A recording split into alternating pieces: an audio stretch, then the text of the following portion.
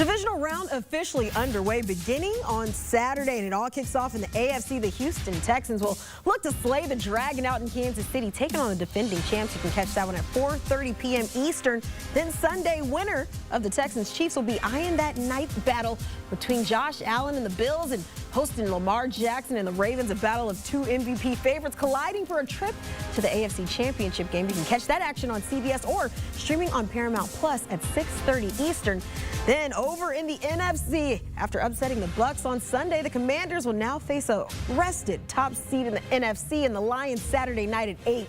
And then on Sunday, the Rams, fresh off their Monday night win, handling the Vikings, will now travel to Philly to take on the second-seeded Eagles. You can catch that one at 3 Eastern. And the pressure is still on in the chase to Super Bowl 59 as we are now joined by CBS Sports NFL analysts Emory Hunt and Ryan Wilson. And perhaps no game with more pressure than what's going to transpire out in the AFC between the Bills and the Ravens. And I want to focus on each of these signal callers, and I want to begin this conversation talking about Josh Allen.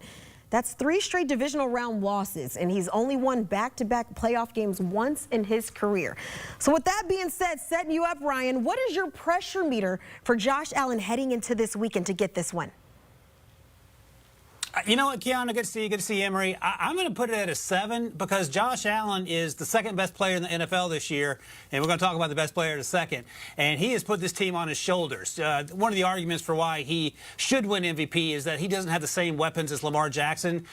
Both those guys are playing like they're from another planet, and we've seen Josh Allen do things that only one other person this season has been able to do consistently, and that's the guy he's going to face on Sunday. So there's some pressure for sure, and I think probably the biggest takeaway for me is that Sean McDermott, the head coach, feels like he's less a ball of frustration and stress, which he was in the past. And I thought that sometimes leaked over into his team. He's a little more freewheeling, as much as Sean McDermott can be freewheeling, and Josh Allen plays the way he's always played. He's just playing at a higher level. So I'll give him a 7, but he's got ice water in his veins, just like Lamar Jackson does. Remember growing up as a kid, the old saying, I'm rubber, you're glue, whatever bounces off me sticks to you? Well, in this scenario, Josh Allen is rubber because no matter what you throw at him will bounce off him and stick to everybody else. So all we've heard all season is he doesn't have weapons. And then when I put out a tweet talking about how great James Cook is, Buffalo Bills fans were like, whoever said he wasn't good? You guys said this all season that he didn't have no weapons, right? So I think he has no pressure. So I'm giving him a 1. Because they will find someone else to finger point. Plus, I feel like he's of the protected class to where they will not blame Josh Allen if they lose this ball game to Baltimore. They'll blame Sean McDermott. They'll blame the offensive coordinator. They'll blame the defense. They'll blame the injuries. They'll blame everything else. And not saying that Josh Allen would be the reason why they would lose this game, but there's no pressure on his side of things because they feel like he has already made it. They understand there's some shortcomings with this offense and with this football team as a whole, but they are not as bad as people have made it out to be. They have some tremendous weapons. You can make a case they have better wide receivers than Baltimore. And I think this is going to be a situation where if they lose, nothing will stick to Josh Allen. They'll just bounce off and go everywhere else. That's interesting, especially considering over his career, just 1 conference championship appearance. But you're saying it's a 1. They'll be blamed elsewhere, but maybe not on Josh Allen. Interesting take there, Emory. But let's talk about the other side of this matchup, shall we? Because Lamar Jackson has never won back-to-back playoff games, and on the road in the postseason, 0 passing touchdowns and 2 interceptions, albeit that was a few seasons ago. But guys, we know he's got the MVP honors twice, but now he wants something bigger. He's looking at that Lombardi. So Ryan, back to you. Where's your pressure meter for Lamar this weekend? And Kiana, just to be clear, I am not Emory Hunt. That's Emory Hunt over there. So when you get mad, you yell at him about all those crazy things he's saying. I got you. Josh Allen wasn't the reason that 13 seconds happened. I'll just leave it at that. But in terms of Lamar, I'll say this. I give him 8. And again, Lamar is not afraid of anything, and any monkey he had on his shoulder or gorilla on his back or elephant in the room, that all went out the window when they beat the pants off the Steelers last week. And that game was 21-0. And I was thinking, man, it wouldn't surprise me if John Harbaugh goes for 2 here just to show how good this offense is. Lamar Jackson made it look like 7-on-7 drills against one of the best defenses in terms of turnover differential that we've seen this season. Now, the Steelers defense, along with the offense, faded down the stretch. That ain't Lamar's problem. And this team is playing at an incredibly high level. Derrick Henry is a grown man. He went for over 160 yards when they faced the Bills and beat them pretty soundly earlier this season. And even when Lamar only goes 13 of 18, he's still scoring 3 touchdowns. He's still having a high passer rating. He's still doing the things that an MVP does. So I'll say an 8 just because of the public pressure, but I don't think John Harbaugh's feeling it. I don't think Lamar or this team is feeling it. And oh by the way, Zach Orr has his defense playing out of its mind after a slow start. That group is going to get after it as well. Ryan, I hope it didn't pain you to explain that to us, also just reflecting on that beat down against the Steelers this past weekend. But we appreciate you being open and honest with us. Emory, what do you have? I like where Ryan's head's at. I'm going to go 10. And not because of anything. Well, let me break it down for you. I say 10, and I wish I could say 15 because it's not anything to do with Lamar Jackson, although he puts this amount of pressure on himself based on what he said when he got drafted. They're going to get a Super Bowl out of me, and so people will hold him to that statement. But I don't know if you guys follow the different narratives that are out there about Lamar Jackson and him as a NFL quarterback, a future first ballot Hall of Famer.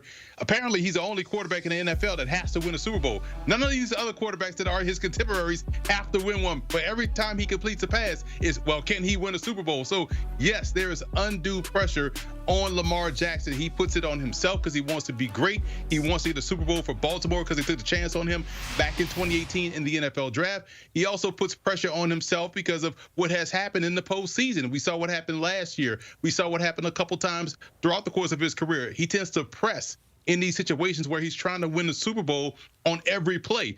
That can't happen. So that's why I feel like the pressure on him, not only just from himself, but from the narrative that's surrounding him. I think he does have rabbit ears. He tends to hear what everybody is saying. That causes a lot of chaos within his own game. So he's not trying to prove people wrong. Instead of proving himself right. I think that's why I say 10, because of all of those factors that's involved. I believe in looking at both of these quarterbacks. I would say just about 10 for the both of them. And only reason I say that is you have 2 teams that have that roster makeup and 2 quarterbacks that are capable and should be competing for AFC championships every single year. And like you said, I mean, it's going to be interesting just how this weekend kind of just defines their legacies going forward. But nonetheless, I want to move over to the AFC if you guys don't mind, because I don't think there is anyone, or the NFC rather, that needed a bye more than Detroit, just considering all of the injuries they have dealt with all year. But the Lion had heart and now could see the return of David Montgomery and Terrion Arnold ahead of their divisional round showdown with the Commanders. But with all the rest and the potential returners and the 1 seed and just everything else that has made this Lions team America's darling, Emory, what's Dan Campbell's pressure meter heading into this weekend's matchup? All right, this was a little bit measured, right? This one for me is a 5.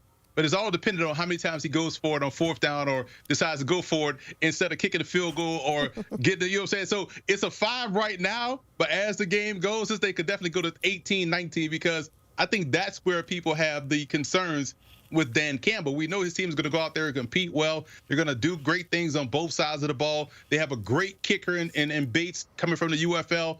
But it's about these in-game decisions of when and where to go for it or kick the field goal or punt the football. I think that's where his temperature could rise in terms of the pressure.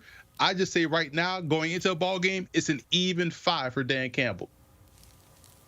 I'm with you, Emory. I got it at a 4. But here's the thing: there's no pressure when he decides to go for it on 4th down. He ain't punting, so his blood pressure goes down. Your blood pressure might go up. Your pressure meter might go up if he goes for it on 4th down. But if you told me, Kiana, that he was standing in front of a grizzly bear, I bet his pulse would be about 38. Like, Dan Campbell is unaffected by every single thing. He ain't worried. So 4 is me saying he's a little nervous. We're talking about Lamar being a 10 or an 8. I don't think Dan Campbell cares about anything other than biting kneecaps, like he said. And by the way, remember we made fun of him at that press conference, his introductory press conference? Turns out he knew what he was talking about, and we didn't. I have very little concern that this man took a team of guys off the street. Me and Emory got phone calls to play on that defense at one point late in the season, and they were still winning football games. I give him a 4, and when he starts going for a 4th down, that means he feels good. I'm going to take it down to a 1. It's pretty incredible just considering everything that Detroit has dealt with, especially in this latter half of the year. Being able to maintain and get that first round by that 1 seed and getting some guys back. So certainly things looking on the positive side for Dan Campbell. But I will say, my blood pressure will go through the roof if I see an onside kick in the first half of a game. I'm just going to throw that out there. But nonetheless, Emory Hunt and Ryan Wilson, as always, guys, it's a pleasure. And whether it's leading up to, during, or after the divisional round matchups, we will have you covered from analysis to highlights to on-site reaction. Stay locked on CBS Sports HQ 24/7 all postseason long.